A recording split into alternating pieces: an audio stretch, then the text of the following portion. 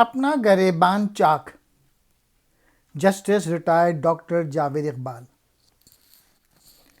علامہ اقبال نے خودی کی اہمیت کا ذکر کر کے ایسی غلامانہ ذہنیت کو ہماری انفرادی اور اجتماعی زندگی سے خارج کرنے کی کوشش کی ہے۔ جسٹس جاوید اقبال لکھتے ہیں، زندگی میں اچھا برا اپنا مقام پیدا کیا، تب بھی باپ کے حوالے سے پہچانا گیا تو مجھے بہت برا لگا۔ یہ میری انا کی نشو و نما میں مداخلت تھی۔ اب بوڑھا ہو چکا ہوں، تب بھی باپ کے حوالے سے میری شناخت ہوتی ہے۔ عجیب اتفاق ہے، میرے والد کے پرستاروں نے مجھے بڑا ہونے نہ دیا، ہمیشہ چھوٹا سا بچہ ہی سمجھا گیا، یعنی تناور درخت کے سائے تلے ایک ننھا سا پودا پروان چڑھتا ہے، وہ دراز قد ہو جائے، اپنی صورت نکال لے، تب بھی وہ پودا ہی رہتا ہے اور بڑے درخت کے حوالے سے ہی پہچانا جاتا ہے۔ جسٹس جاوید اقبال لکھتے ہیں کہ میں عمر کے صرف 9 برس اور منیرہ نے 3 برس باپ کے ساتھ گزارے۔ جب ماں باپ کم عمری میں چل بسیں تو بعد کی زندگی میں کسی بھی عزیز کی موت کا اتنا رنج نہیں ہوتا۔ میں نے چند بار ماں باپ میں تکرار ہوتے بھی دیکھا ہے۔ ایک مرتبہ تو میری والدہ کا اصرار تھا کہ والد باقاعدگی سے وکالت کریں کیونکہ گھر کے اخراجات پورے نہیں ہوتے۔ علامہ اقبال کے بے ہوشی کا ذکر۔ جاوید اقبال لکھتے ہیں کہ میں ایک دفعہ آنکھوں پر والدہ کا دوپٹہ باندھے ان کے پیچھے بھاگتے ہوئے انہیں پکڑنے کی کوشش کر رہا تھا کہ ٹھوکر کھائی اور منہ کے بل گر پڑا، جس کے سبب ہونٹ کٹ گئے اور منہ سے خون جاری ہو گیا۔ اتفاق سے اسی لمحہ والد داخل ہوئے اور اچانک میرے منہ سے یوں خون بہتا دیکھ کر بے ہوش ہو گئے۔ مجھے موسیقی سے خاصا لگاؤ تھا، لیکن ہمارے گھر میں نہ تو ریڈیو تھا اور نہ گراموفون۔ یہ گانے سننے کا شوق تو والد کو بھی تھا، جوانی میں ستار بجاتے تھے۔ میرا طریق امیری نہیں فقیری ہے، خودی نہ بیچ غریبی میں نام پیدا کر۔ والدہ کی رحلت کے بعد ہم دونوں بچے والد کے زیادہ قریب آ گئے۔ مجھے خوب یاد ہے کہ جس وقت والدہ فوت ہوئیں اور ان کی میت گھر میں پڑی تھی تو ہم دونوں بھائی بہن ایک دوسرے کا ہاتھ پکڑے روتے روتے والد کے کمرے میں گئے۔ وہ حسب معمول اپنی چارپائی پر نیم دراز تھے، کیونکہ ان ایام میں خود بھی بیمار رہتے تھے، گلا بیٹھ چکا تھا اور صاف بول نہ سکتے تھے۔ میں اور منیرہ دروازے تک پہنچ کر ٹھٹک سے گئے۔ یوں روتا کھڑا دیکھ کر انہوں نے انگلی کے اشارے سے ہمیں قریب آنے کو کہا، اور جب ہم ان کے قریب پہنچے تو ایک پہلو میں مجھے اور دوسرے پہلو میں منیرہ کو بٹھا لیا۔ پھر اپنے دونوں ہاتھ پیار سے ہمارے کندھوں پر رکھ کر قدرے کرختگی سے مجھ سے گویا ہوئے، تمہیں یوں نہ رونا چاہیے، یاد رکھو تم مرد ہو اور مرد کبھی نہیں رویا کرتے۔ اس کے بعد اپنی زندگی میں پہلی بار انہوں نے ہم دونوں بھائی بہن کی پیشانیوں کو باری باری چوما۔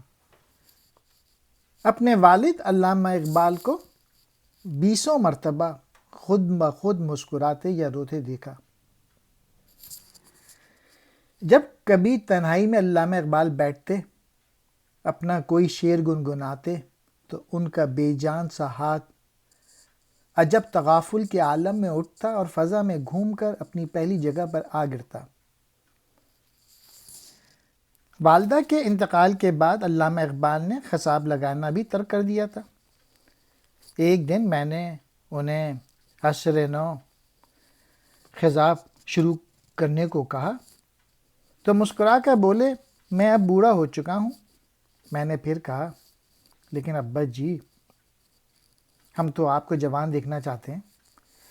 چنانچہ شاید اس خیال سے کہ بچے میرے سفید بالوں کو دیکھ کر مجھے ضعیف سمجھنے لگے ہیں، انہوں نے پھر سے خطاب لگانا شروع کر دیا، مگر چند ہی ماہ بعد پھر چھوڑ دیا اور میری ہمت نہ پڑی کہ انہیں دوبارہ شروع کرنے کو کہوں۔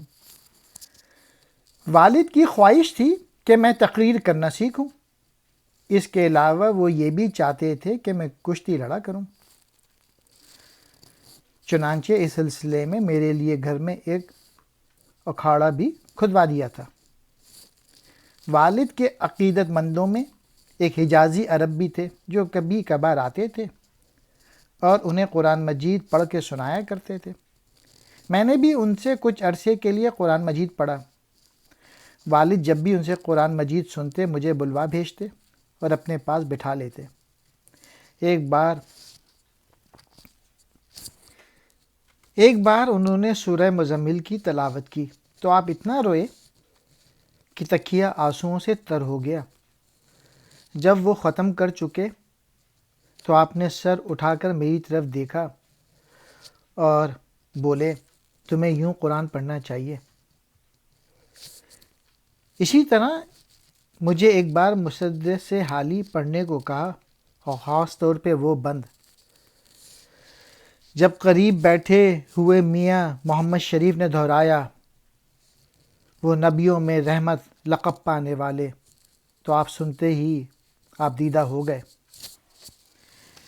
میں نے انہیں والدہ کی موت پر آنسو بہاتے نہ دیکھا، مگر قرآن مجید سنتے وقت یا اپنا کوئی شعر پڑھتے وقت یا رسول اللہ صلی اللہ علیہ وآلہ وسلم کا اسم مبارک کسی کی نوک زباں پر آتے ہی ان کی آنکھوں میں آنسو بھر آیا کرتے۔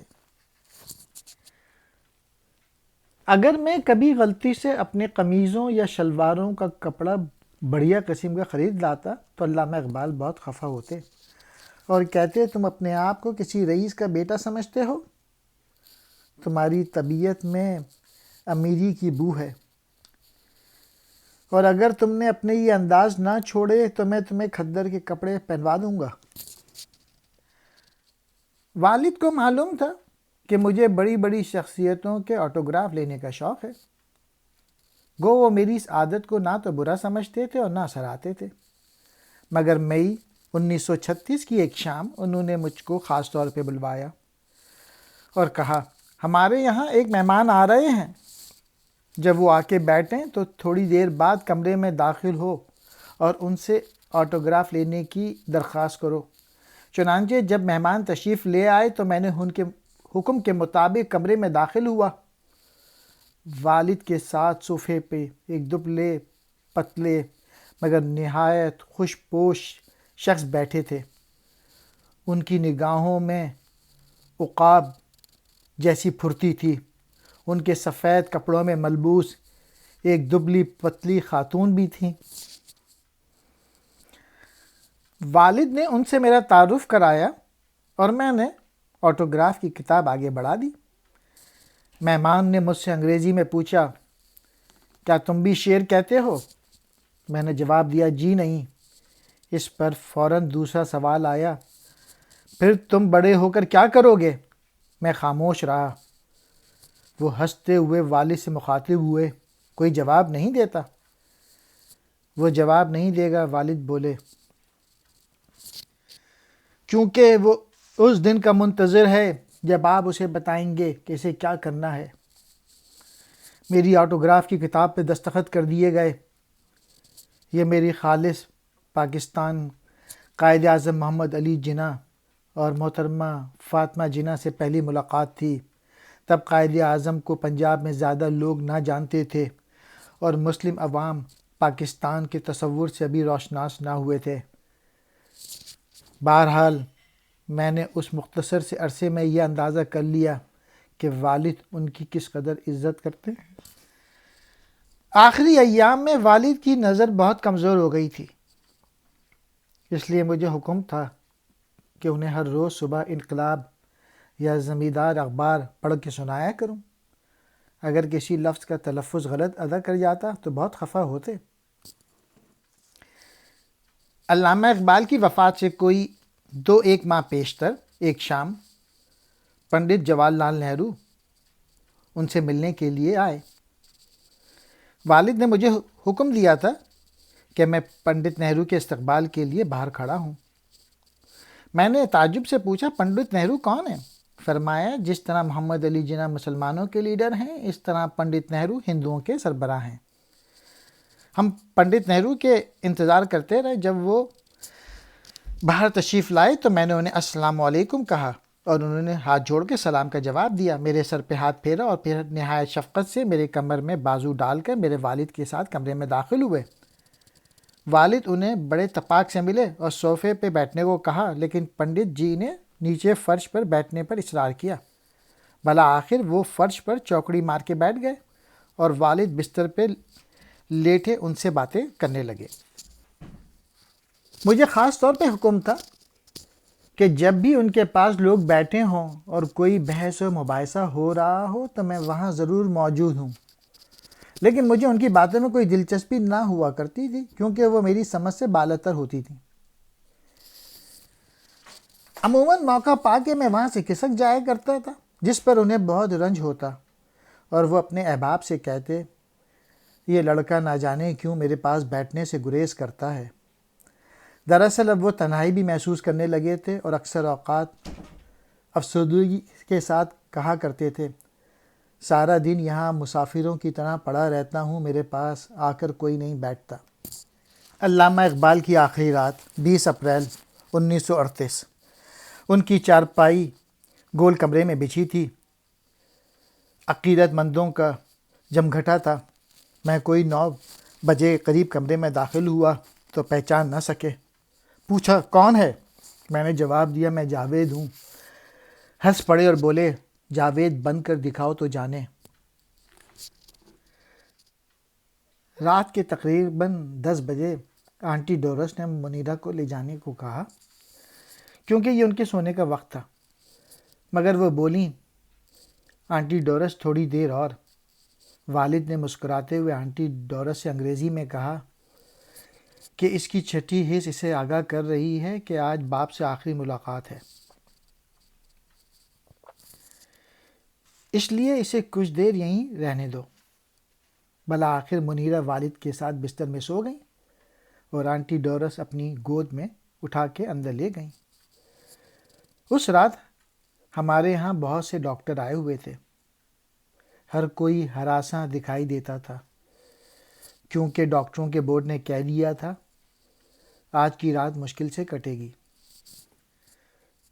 مجھے بھی اصل صورتحال سے آگاہ نہ کیا گیا، اس لیے میں معمول کے مطابق اپنے کمرے میں جا کے سو رہا، مگر صبح طلوع آفتاب کے وقت علی بخش نے آ کے مجھے جھنجھوڑا اور چیختے ہوئے کہا کہ جاؤ دیکھو تمہارے باپ کو کیا ہو گیا ہے۔ میں نے دہلیز پر کھڑے کھڑے اندر جھانکا۔ ان کے کمرے میں کوئی بھی نہ تھا۔ کھڑکیاں کھلی تھیں اور چارپائی سیدھی، انہیں گردن تک سفید چادر نے ڈھانپ رکھا تھا جو کبھی کبھار ہوا کے جھونکوں سے ہل جاتی تھی۔ والد کی آنکھیں بند تھیں، چہرہ قبلے کی جانب تھا، مونچھوں کے بال سفید ہو چکے تھے۔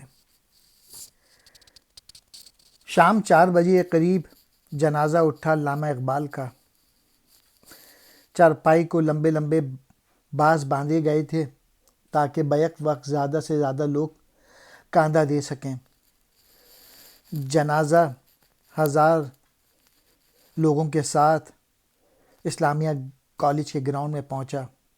یہاں سینکڑوں لوگ جنازے کا انتظار کر رہے تھے۔